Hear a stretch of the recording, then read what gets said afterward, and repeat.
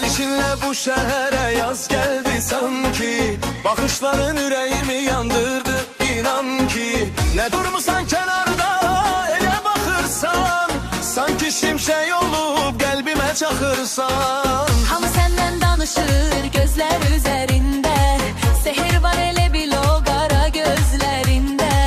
Bu gece gem yoktu ancak şenlik var, yanımda sen varsan dünya mene dar. Ay şeker balam koy hamı basın Oyna, sen bir yana dünya bir yana dert. Yak gel sen oyna, gözleri ceylan oyna, ben sana heyran. oyna. Bu gece bizim gecemiz değil, sındır sındır süzül Sen oyna.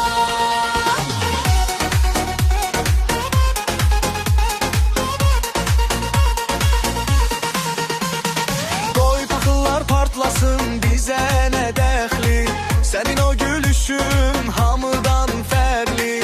Naz eləmə gəl bəri vaxtımız gedir, bu ritim bu hava məni məst edir. Bakı küleği kimi saçların sen. Seni gören herkes nefesin kesir. Ulduzlar göğsünde bize göz vurur. Sen oynayanda zaman sanki durur. Ay şeker bağlam koy ha, donlu baksın boyuna. Sen bir yana dünya bir yana dergah. Gel sen oyna, gözləri ceylan oyna, Ben sana heyran. oyna. Bu gece bizim gecemiz, bir sındır sındır süzül Sen oyna.